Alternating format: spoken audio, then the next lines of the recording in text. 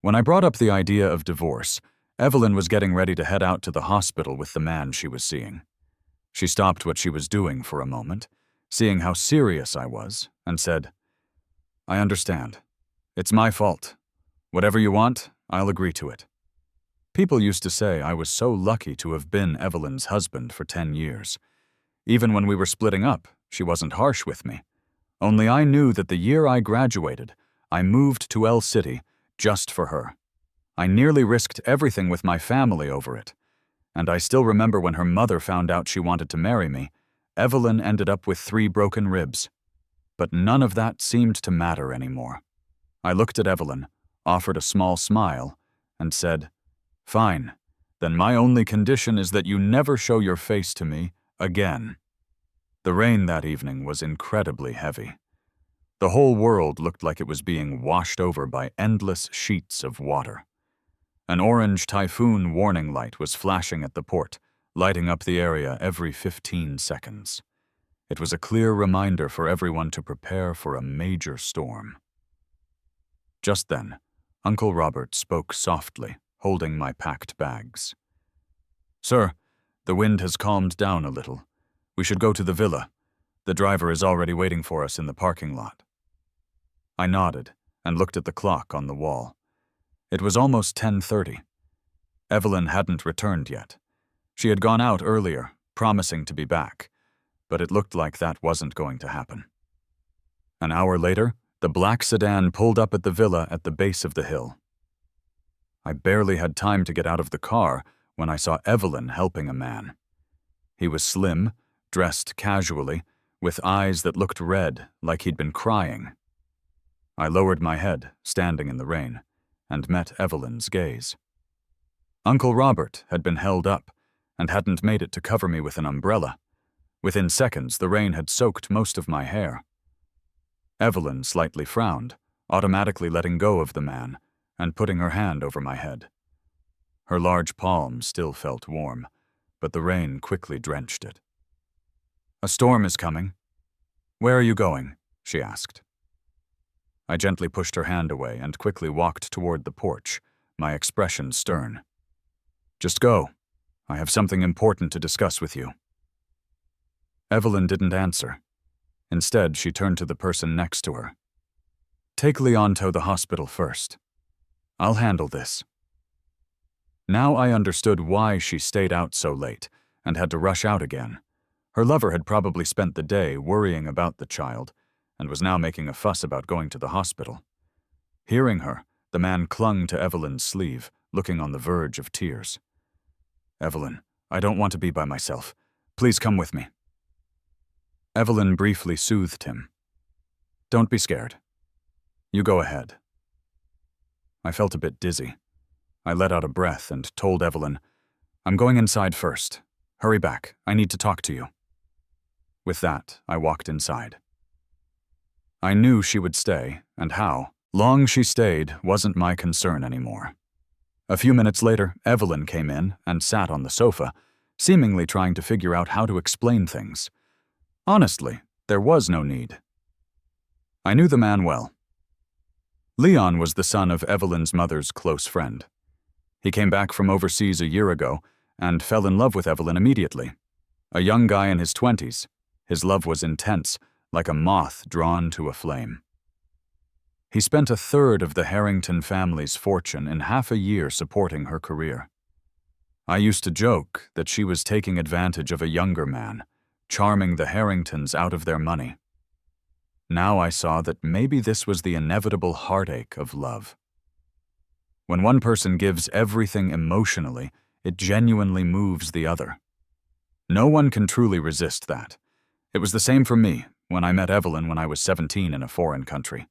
When she protected me, didn't I fall for her too?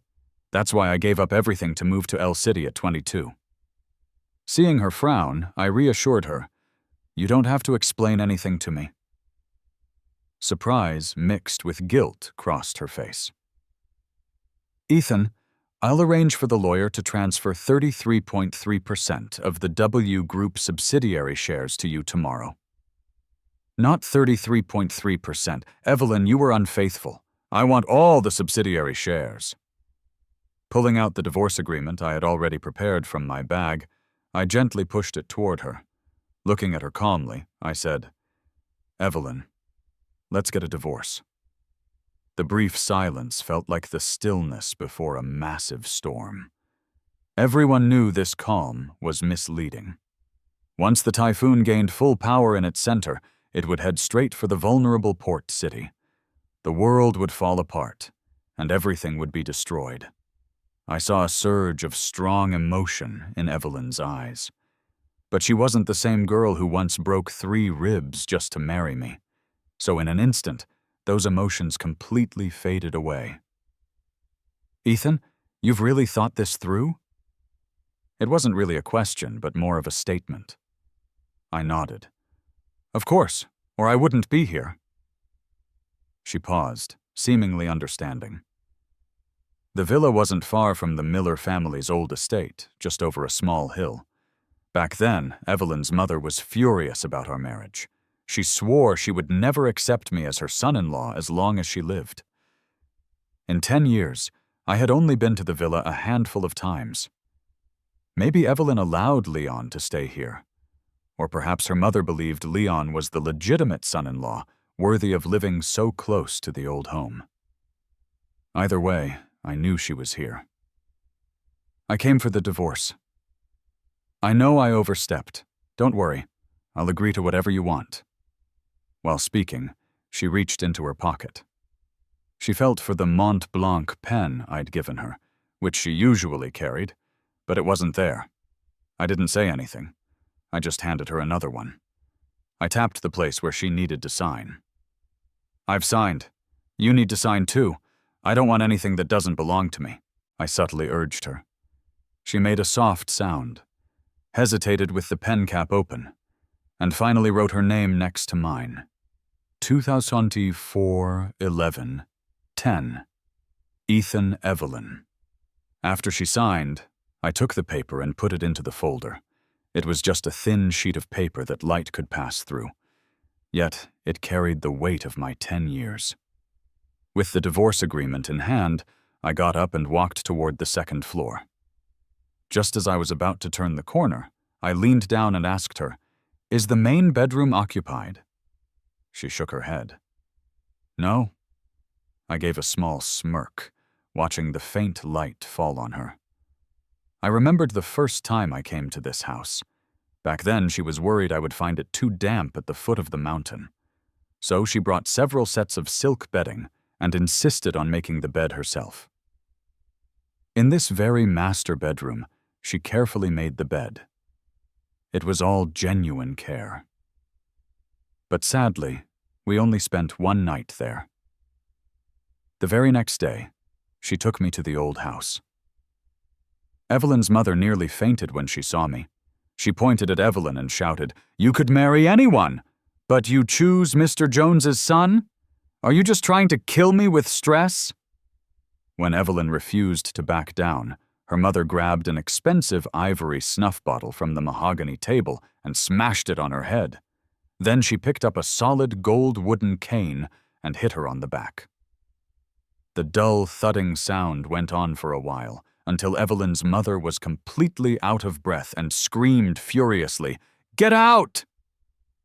Evelyn, pale and struggling to stand, held my hand and slowly walked out. At the hospital, we found out 3 of her ribs were broken. Even then, in front of her mother, she never let go of my hand. She firmly stated, "I don't care who Ethan's father is. I only want to marry him in this life." But within a decade, before Evelyn's mother even passed away, we were finished. It was probably for the best. Better than her mother passing away and us not making it anyway. Evelyn didn't stay long that night, only about half an hour. I guessed Leon showed up at the hospital and hurried her. I truly didn't like that little house on the mountain. Yet I slept soundly that night. Funny enough, the typhoon changed course at the last minute and headed somewhere else. Victoria Harbor remained peaceful and calm. Still, I wondered if she remembered it was our 10-year anniversary. Half a month later, I met Evelyn at Government Building number 12 to file for divorce. In court, my lawyer quietly said, "Ethan, Evelyn also gave you those 3 houses." I looked at Evelyn. She nodded at me, seemingly saying, "Take it. I owe you that." I pushed down my feelings and told the lawyer, "Forget the real estate and the cars. Exchange it for stocks, and let's get this done quickly." He nodded and went over to discuss with Evelyn's lawyer. In that moment, Evelyn came over to my side, almost promising, "Don't worry, Ethan. The W Group's profits will always find their way to you." I chuckled. "I know, I just found an interesting strategy with those stocks this year." Seeing me smile, it seemed to cheer her up a bit. Again, she used the same words from that night. "All right, whatever you prefer. Whatever you want, I'll agree." I didn't say anything. I just felt a slight wave of nausea. Thanks to Evelyn's generosity, the asset division moved quickly. The final result left me satisfied. I received all the shares of the W Group's wholly owned subsidiary, valued at over $1.2 billion, and 45% of the shares in 3 technology companies the W Group had invested in, worth about $700 million. Plus, Evelyn's own startups brought my total share to over $3 billion. Not an excessive amount, but certainly not small either. Once everything was finalized, I finally got that certificate. I felt lighter all over. Walking quickly down the corridor, I heard Evelyn call out, "Ethan! Ethan!" I stopped, annoyed, and turned to her, knitting my eyebrows. "Evelyn, stop calling me Ethan. It's disgusting." She froze for a moment, finally realizing that my friendly demeanor over the past half-month was just me waiting for this final day of divorce. Silent for a bit, she eventually said, "I just wanted to say, rest assured, whatever else you need in the future, I'll agree to it." I smiled. A beam of light fell past the Roman pillars behind Evelyn, shining directly on her. It was like fate playing a joke, asking me, "Ethan, are you sure you're not changing your mind? She's the center of attention." Without a moment's hesitation, I nodded. "All right, Evelyn, here is my request. Never appear in front of me again." For a moment, I saw her face look completely shattered, as if she'd been hit, leaving her pale. As I turned and easily walked away, the sun was at its highest point, making the road ahead glitter. It was brighter here than that spotlight. News about my divorce from Evelyn spread quickly. There was no doubt who was responsible. Leon had pushed persistently for a year, finally cornering Evelyn with his ex's child, Terry. Once I started the divorce, if he didn't announce it to the world, it would be a miracle from the Harringtons. Still, I didn't expect him to be so foolish. Right outside the W Group, surrounded by the media, their cameras were clicking and buzzing like a swarm of hungry sparrows. "Ethan, is it true you and Evelyn are divorced? Is it because you couldn't get her pregnant in the last 10 years? Ethan, rumors say your infertility prevented Evelyn's mother from accepting you. Is that true? Will the divorce affect the future of the W Group? Are you really being pushed out? Would you care to comment?" I couldn't be bothered with them. I was about to have my bodyguards block them when I saw Leon approaching, leading a 5- or 6-year-old boy. His distinctive tone quickly grabbed the reporter's attention. "Oh man, you people are too much! She's already in pain because she can't have children, and now she's going through a divorce? Feeling like a stray dog? Yet you keep badgering her with questions." Those reporters, sharp as always, quickly changed their focus and asked, "Leon, is this child the little heir of the W Group?" "Leon, did Evelyn divorce Ethan for you and this child?" "Leon, when are you and Evelyn getting married?"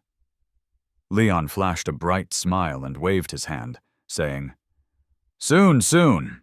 His name is Terry. Evelyn's first boy.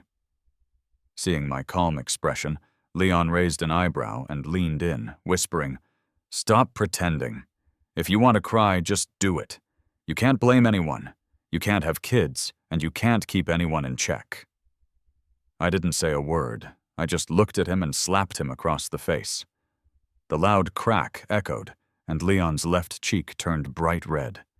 He looked at me angrily and said, "You dared to hit me?"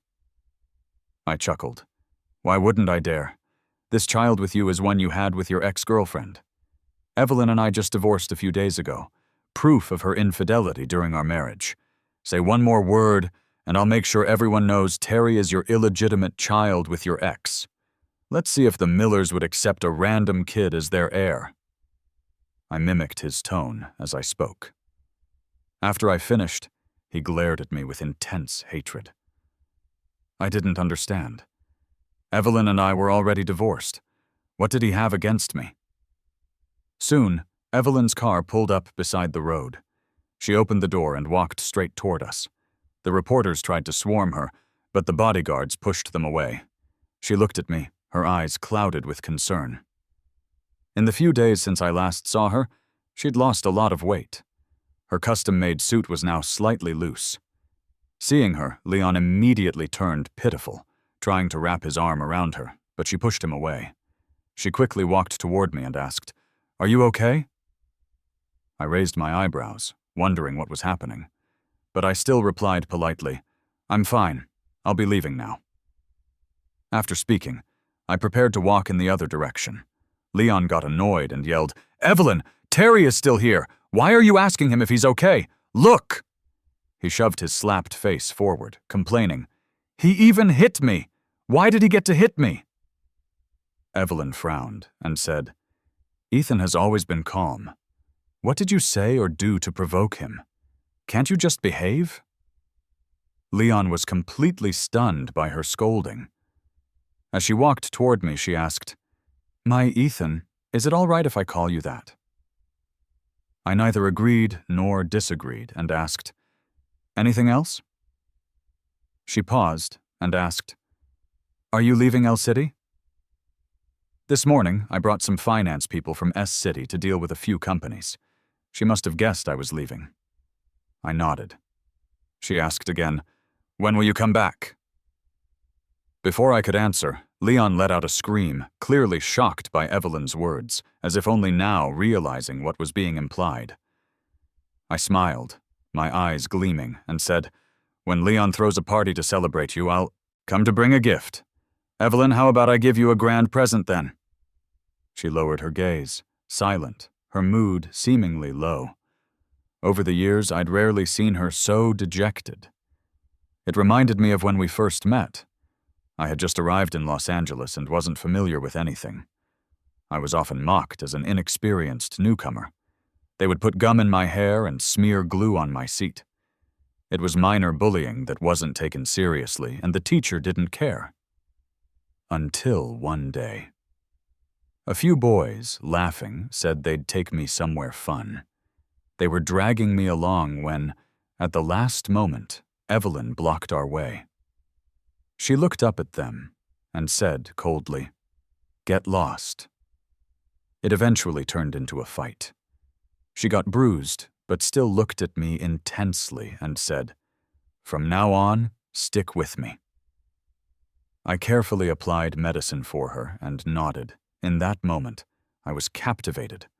After that day, I became her constant companion. I learned she'd been sent overseas alone at 15. Those 2 years abroad had left her with severe depression. She seemed to be in the same state right now. But I didn't want to care anymore. After all, we were divorced. So I pretended not to notice. A few seconds later, she looked at me and said, "All right, make sure you come." A few days later, I returned to S City. The moment I landed at S City's capital airport, I felt a bit anxious about returning to my hometown. I remember when I was 22. I graduated and followed Evelyn to El City. At first, my parents didn't react much, just complaining that grown sons are hard to keep. But not long after, they discovered Evelyn's identity and almost forced me to return to S City. My father, like Evelyn's mother, was furious, nearly having a heart attack, telling me to leave before he really got too sick to regret it. I refused, not understanding why they wouldn't allow us to be together, creating a conflict, until Evelyn had 3 ribs broken and spent months in the hospital, yet insisted on marrying me. Only then did my mother soften, partly forcing, partly persuading my father to fly to El City and reveal an old story to me. It turned out both my father and Evelyn's mother had once been illegal immigrants to El City. They'd been caught and detained together several times. The most dangerous time, Evelyn's mother nearly died in jail, and my father gave up his water and food to save her. But good deeds didn't pay off. During a massive police raid, Evelyn's mother reported my father. Because of that report, my father lost any chance to stay in El City. Meanwhile, Evelyn's mother stayed and became wealthy. Since then, my father, unwilling to give up, went on to the capital. After countless struggles, he achieved what he has today. Knowing Evelyn's identity, my father wouldn't compromise. After all, with a mother like Evelyn's, how could Evelyn be any good? Later, my parents wanted to take me away, but I didn't want to leave. Eventually, things almost broke down between us. 10 years later, looking back now, whether it's the pain of Evelyn's infidelity during our marriage or anything else. So in the end, we got divorced and went our separate ways. It was simply a matter of cause and effect. And truthfully, I guess I brought this on myself. Ethan? Ethan? A voice, slightly familiar but distant, called out. I looked up, a bit surprised. I didn't expect it to be her picking me up. The woman walking toward me was tall and slender, wearing a dark, tailored coat that reached her knees. Underneath, a black turtleneck made her look especially refined. Her trousers were sharp and matching the style, paired with loafers, giving off an intellectual look. I waved and smiled, greeting Laura. Long time no see. Laura was the daughter of my mom's friend. The same age as me, she was always top of her class, never taking second place. I heard she's now teaching psychology at Peking University. She seemed happy to see me. She took my suitcase and handed me a hand warmer that had already been warmed up in her pocket, saying, "It's cold, huh?" It's only early December, but S City has already seen its first snow. Compared to L City, S City is definitely colder. I nodded. Where are my parents? Are they... Over the past couple of years, as we all got older, my relationship with my parents improved quite a bit. But in the past, I did hurt them. So if they didn't come, I'd understand. They're outside. It's too cold, so I didn't let them get out of the car. You'll see them in a bit. A few minutes later, I got into the passenger seat of the SUV. I saw my parents sitting in the back. My heart pounded a little, and in just a second my nose tingled as I held back tears. Before I could speak, my mom leaned forward. She looked me over, her eyes welling up. "Ethan, you've lost weight. Have you not been eating well?" After not seeing each other for a while, the first thing she says is, "You've lost weight." I pressed my lips together and called out, "Mom!" All the anger and disappointment from who knows how long burst out at the sight of her. 5 years in love, 10 years married, wasting half of my life. How could I not feel wronged? In El City, I had no safe place. Only the small world I created for myself. But in S City, I have my parents. Mom wiped her tears, and the two of us just looked at each other, teary-eyed in someone else's car. "All right. Why are you crying? It's nothing monumental. Don't let Laura see us like this," Dad said after a few seconds. His voice was awkward, but he tried to sound strong. Laura raised an eyebrow, smiling. "I left my ears at home today. I didn't hear a thing." With that, the sad mood lightened up a bit. I looked at my dad, opening my mouth. "Dad." Dad gave a small nod and looked at me deeply. "Home. It's good that you're back." That evening, I went home with my parents to S City. Laura had to teach the next day, so she drove back to H-Town. This apartment used to be where I lived before going abroad. Now my parents have long since bought a bigger, more luxurious place. Yet, I still wanted to stay here. After a shower, I asked Dad, "Dad, can I sleep with you tonight?" Mom hummed, "Back home and already hogging your dad, really?" I joked, "The order of things is reversed." Mom was speechless for a moment, but then laughed. Dad couldn't say no to me, and nodded. "All right, we'll have a father-son talk. We'll sleep in the guest room then." I chuckled softly, feeling truly happy. Once Dad and I turned off the lights and lay down, he couldn't hold back, and quietly asked, "Did you two split?" It was like he was afraid saying her name would make me sad, so he avoided it. I responded quietly, "Yeah, split. Took quite a bit of her money, too." Dad gave me a playful pinch. "What are you doing, son? You two were one. What's hers is yours. Besides, she was outrageous.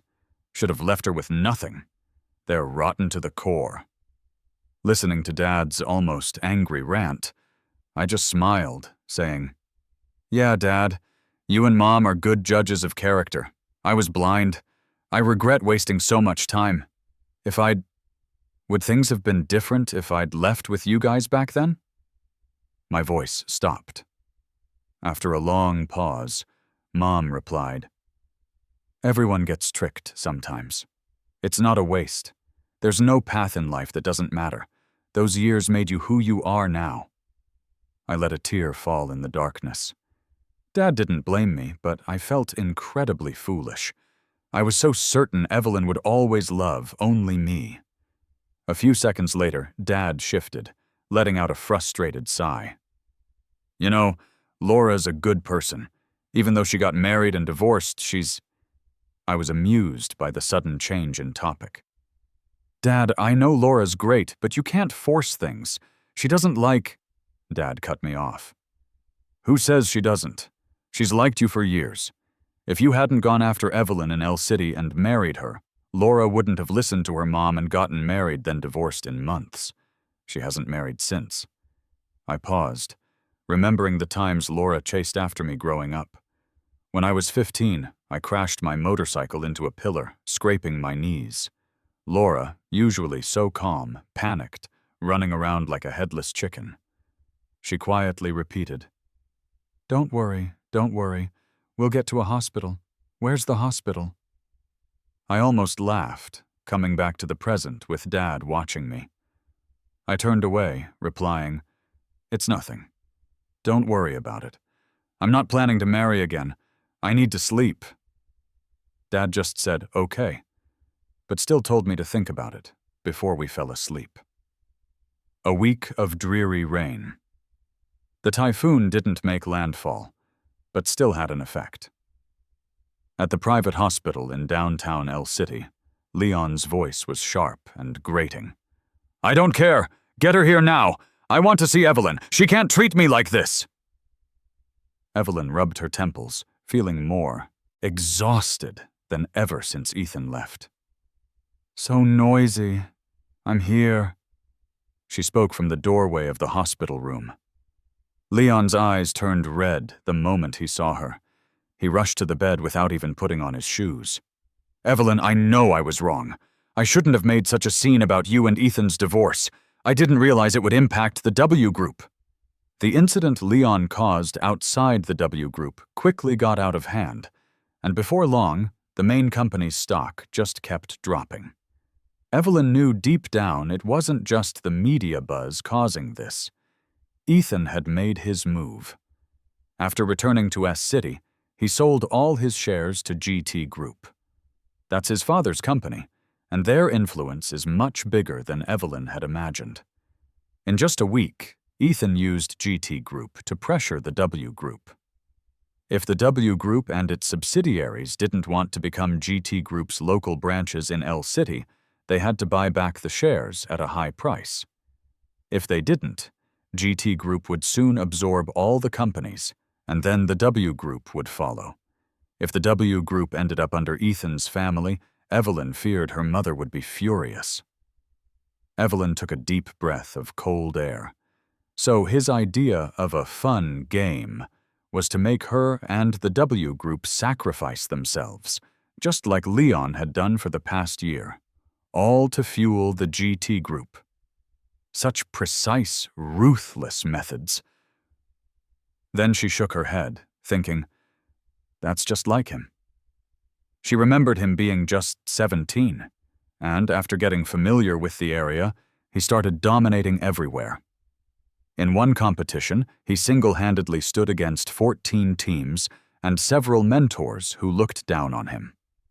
Starting with only 500, within half a month, he swallowed up the entire assets of 4 teams.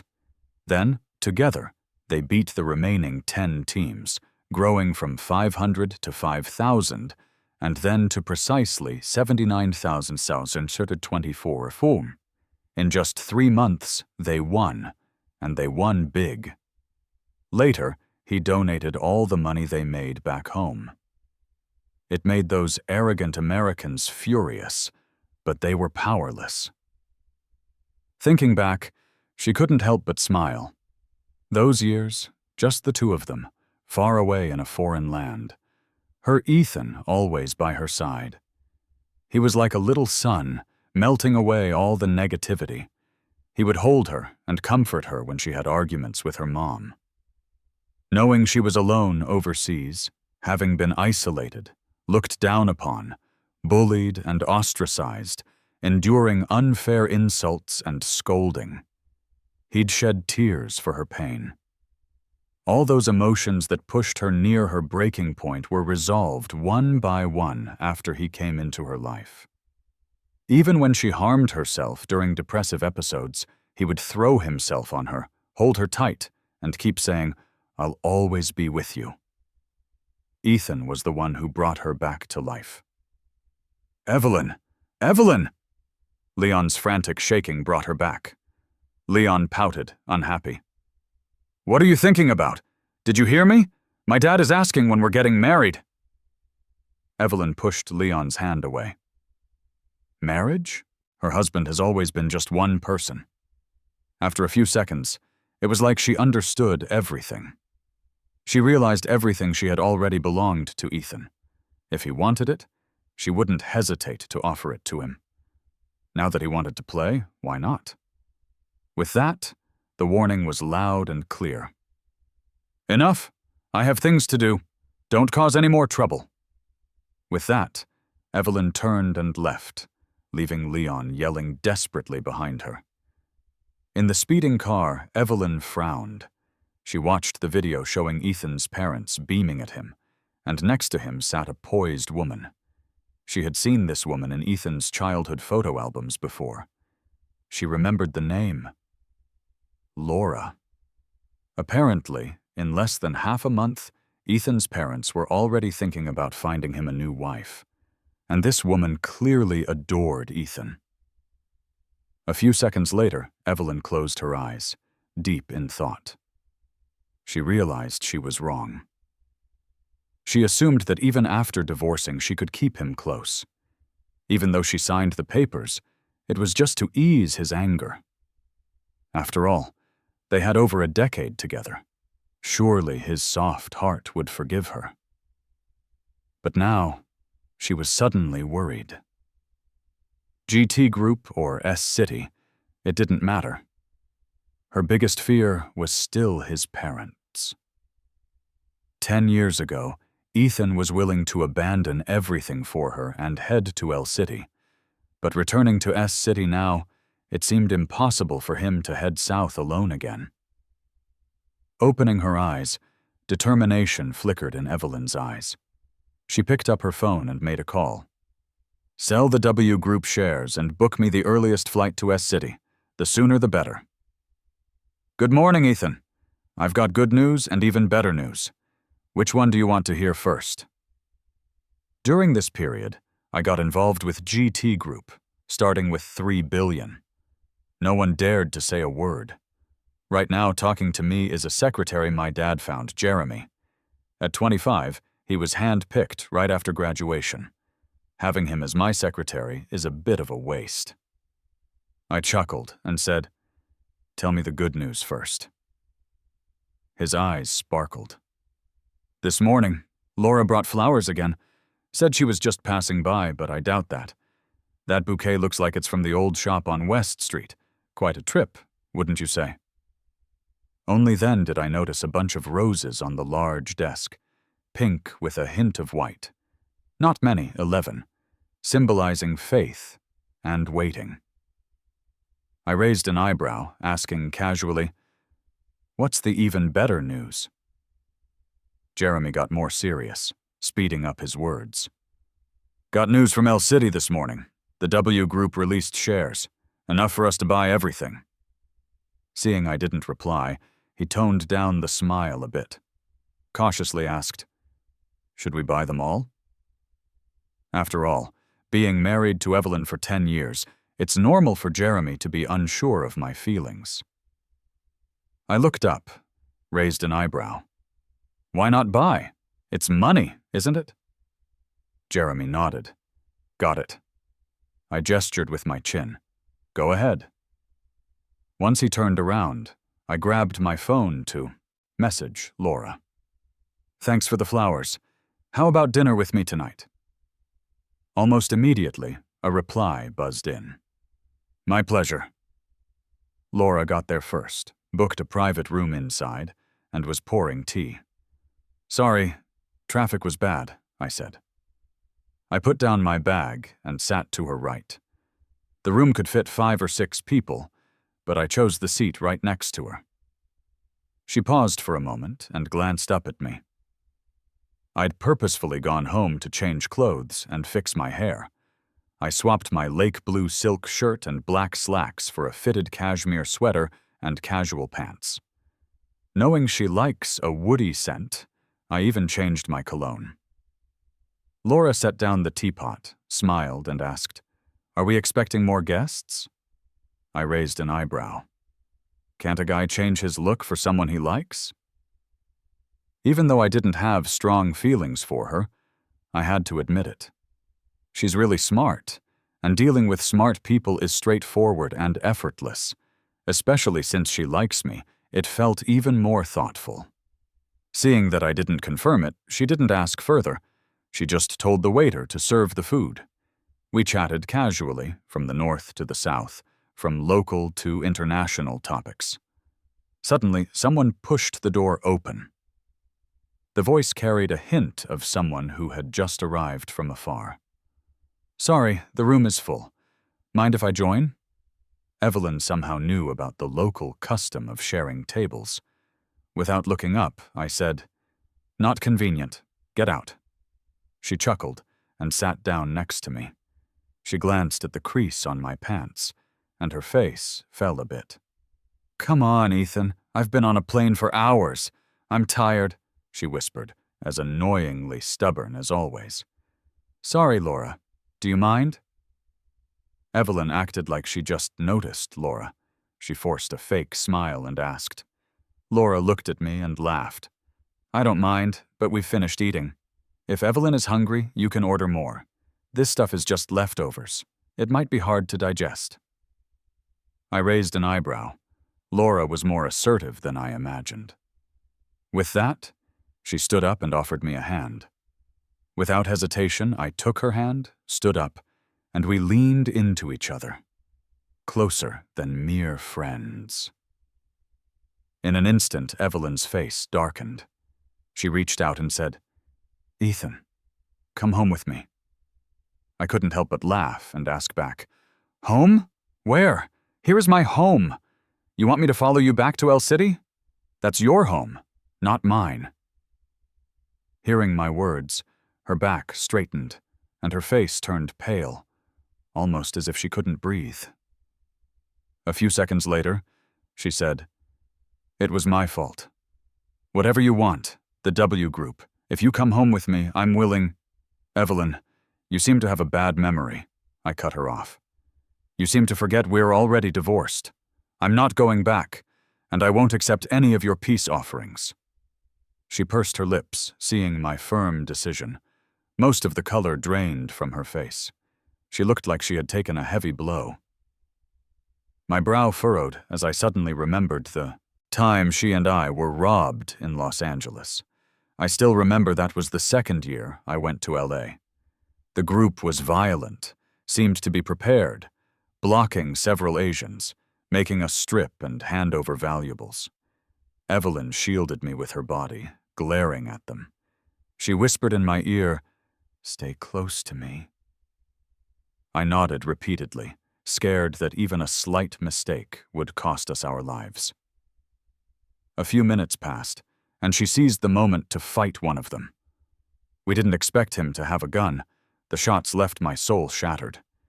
But her expression remained unchanged, just telling me, "Stay close, run, Ethan. Don't be afraid, follow me." My feet were swift as the wind, following her out.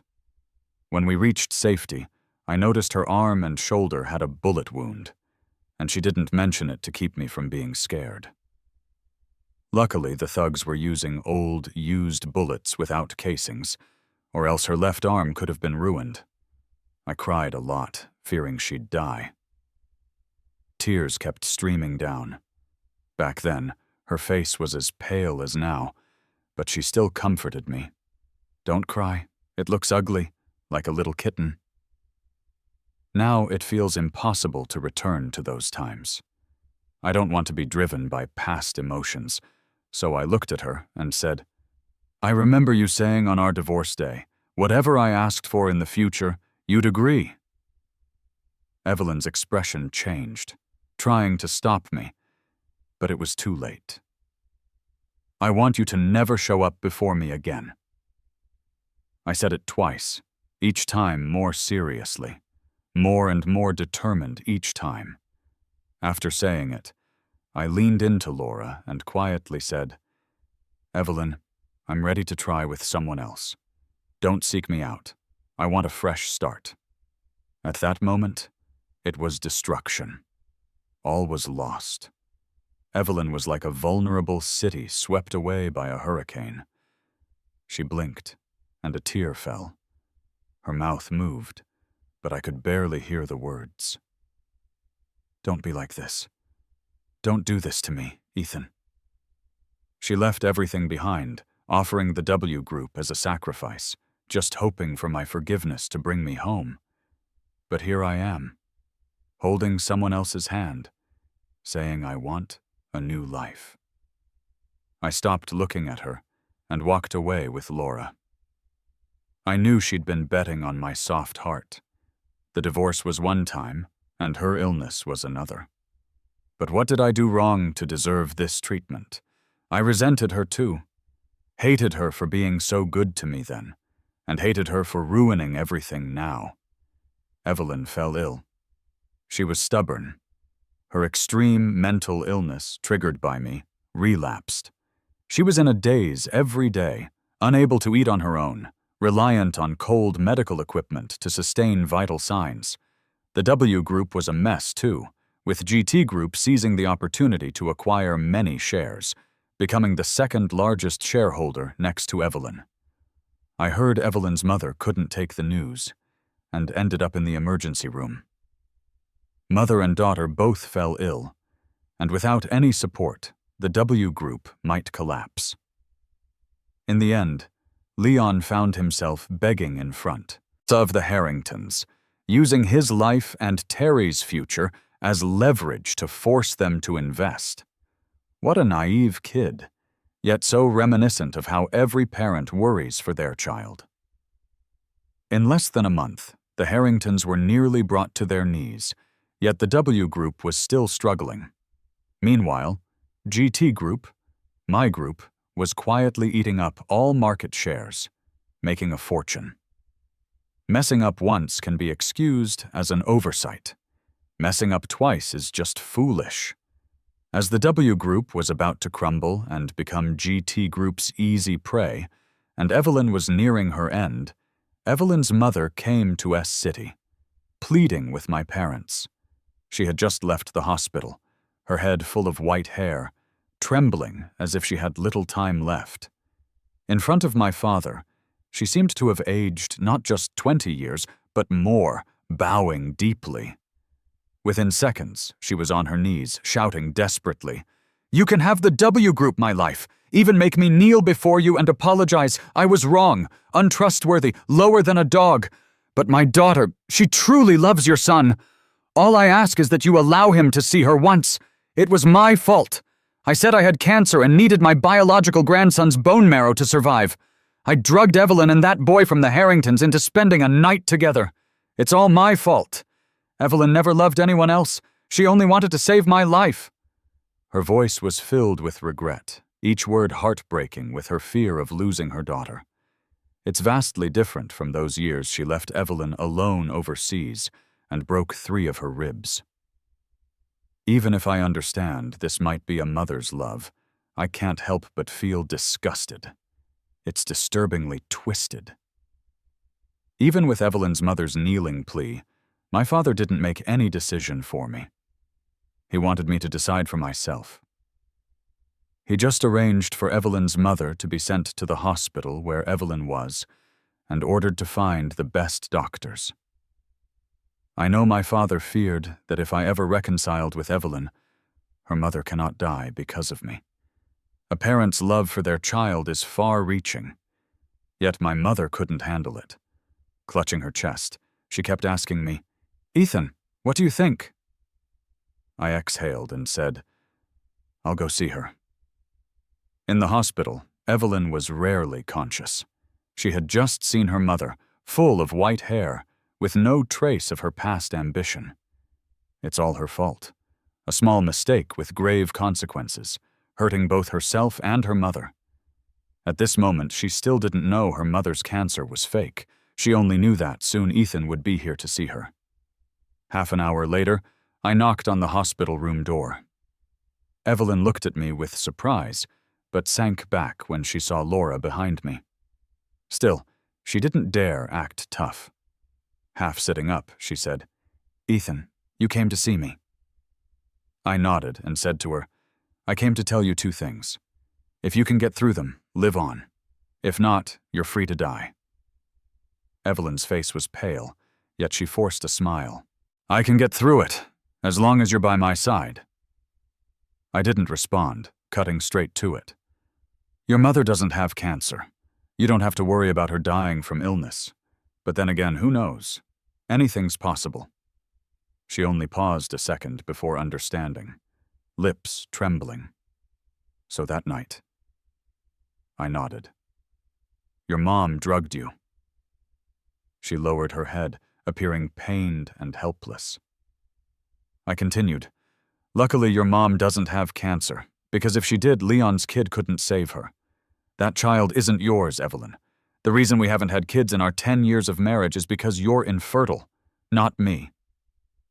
Her face turned even paler, quickly grasping my point. Looking at me, she said, "Ethan, I didn't—" "I know," I interrupted. "You of course didn't cheat with Leon because I couldn't have kids. You were just set up by your mom and believed her, wanting to keep the child to save her. But Evelyn, I don't believe you're that stupid enough to think your mom saying she had cancer was true." I looked down at her. "You wanted to save your mom, but you also wanted your own child. Even if you won't admit it, I know you too well. You didn't verify if your mom really had cancer because you wanted a reason to keep the child. You were going along with it, waiting for the child to be born for me to accept it. After all, in your mind, I couldn't have kids, right? Evelyn, you didn't just betray me and our marriage. You insulted my intelligence, disrespected my character, and even took my love for granted. So when I say I want a divorce, it's not out of spite, but because I mean it. Do you understand? I didn't expect that as soon as I finished, Evelyn would pass out. Within half an hour, she received 2 emergency notices. I stood outside the ICU, frowning. Watching Laura, who came with me, suddenly lighten up, I asked, "You're a psychology expert, right? What do you think?" She nodded. "It's real. Psychiatric illnesses are the hardest to treat. Without the will to live, organs can fail quickly, as shown in many clinical cases. What you just said could very well push her to die." I came to see just how serious it was, and I think she might soon pass. I was silent for a few seconds before asking, "Then am I—" She shook her head. "Not quite, not even manslaughter." I gave a small acknowledgement, not speaking further, just impressed with Laura's knack for understanding people's minds. Another hour passed. Evelyn was eventually saved.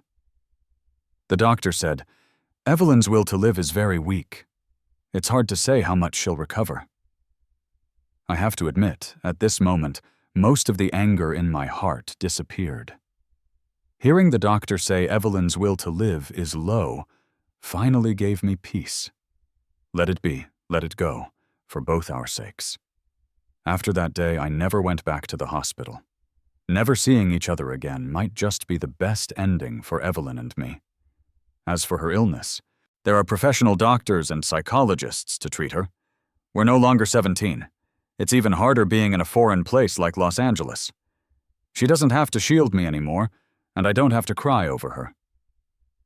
Later, I heard from someone that Evelyn's mother didn't make it and passed away. It finally brought Evelyn some clarity. After returning to El City, she sold the W Group and left for Los Angeles.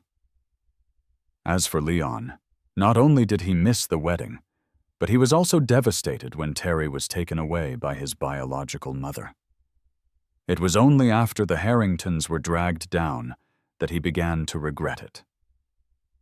But all this, it has nothing to do with me anymore. In a blink of an eye, February came, and the new year was approaching. Everywhere in S City was filled with the New Year vibe. Although I grew up here, I realized it had been over 10 years since I wandered around this city properly. So I suggested exploring it. But my parents, having stayed in S City for too long, weren't interested. One waved it off with a "not interested," and the other nudged me, saying, "Let Laura accompany you." I was about to forget it, thinking I could always go by myself. But the next day, Laura was already waiting downstairs, following my mom's orders.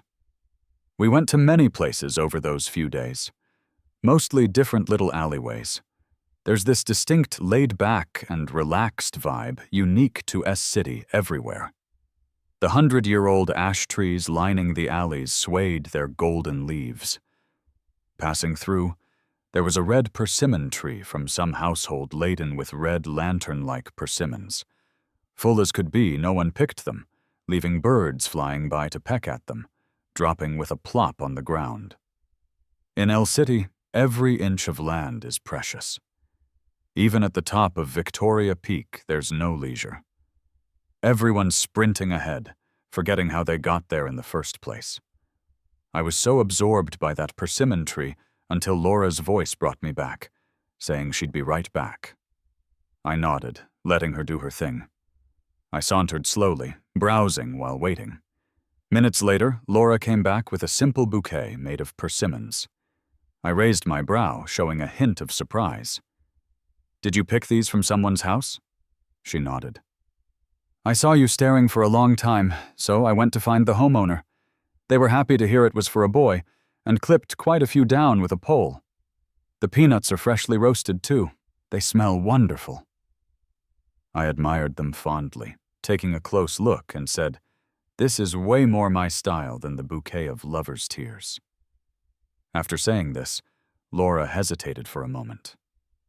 I realized I might have been rude and apologized. Sorry, I didn't mean it like that, but she cut me off. Ethan, I know what's on your mind. These years I wasn't truly waiting for you. It's just that finding someone who understands me is hard, so I stayed single. I looked at her, knowing she understood what I meant. Compared to the intensity of a lover's devotion, this simple life with persimmons and peanuts is what I want now. I've loved too deeply and painfully. I don't want to go through it again. I tried to speak but found myself at a loss for words. Should I say I'm not interested in you, even though you say you weren't waiting for me, but I still feel pressured? Or should I say, no matter what you do, if you're interested in me, I'll feel uncomfortable? Yet, I recently used her and claimed I was starting anew. How do I even explain that? A few seconds later, it seemed she read my thoughts. She looked at me and seriously said, "Friends, just friends. Isn't helping each other what friends do?" Her straightforwardness and insight stripped away the layer I most worried about. Even if she might not be entirely sincere, her candid declaration reassured me, promising not to overstep. It gave me room and protected my sensitive, awkward heart. I was sincerely grateful. A moment later, I smiled and said, "Thanks." She nodded, turning ahead to lead the way through S City, and I followed, slightly lighter-hearted and a bit hopeful. Not just for the time ahead, but for the future. Though a blank future can't replace destiny, having met was a blessing.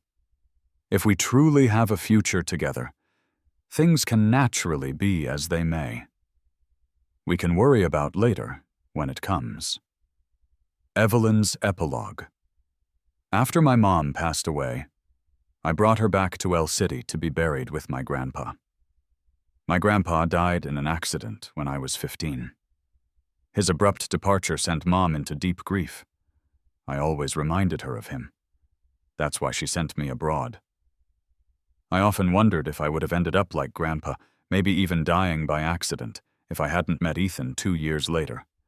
Luckily, I had Ethan. Yet I lost him. Returning to El City woke me up. Painfully so. I realized that this city was filled with our memories. We lived here, facing each other daily for 10 years. I don't know what blinded me, making me lose him. I just know I brought all this upon myself. He loved me so much, bearing a decade of gossip for me. But I got greedy, wanting my child, even when I had him. I couldn't stay in El City any longer, so I sold the W Group. I couldn't set foot in S City again either. He said he no longer wanted to see me, that he was starting afresh. So I crossed the ocean back to Los Angeles. Only here, there's still something somewhat sufficient to support the rest of my life. One day, I returned to campus, sitting under the big tree we always visited. I lingered for ages. By the time I stood, my foot was numb. Bending forward to move my leg, I saw a line of words. It was old, yet barely readable. "Evelyn, I really like you." Right then, I was so overwhelmed I couldn't even stand. I coughed for ages, finally catching my breath after coughing up a black blood clot. I knew my days were numbered. Staring at those words, my rationality shattered into pieces again. I sobbed, uncontrollably behind the tree. What had I done? Until the sunset, I pulled out a Mont Blanc pen, long out of ink, writing stroke by stroke. "Ethan, I'm sorry."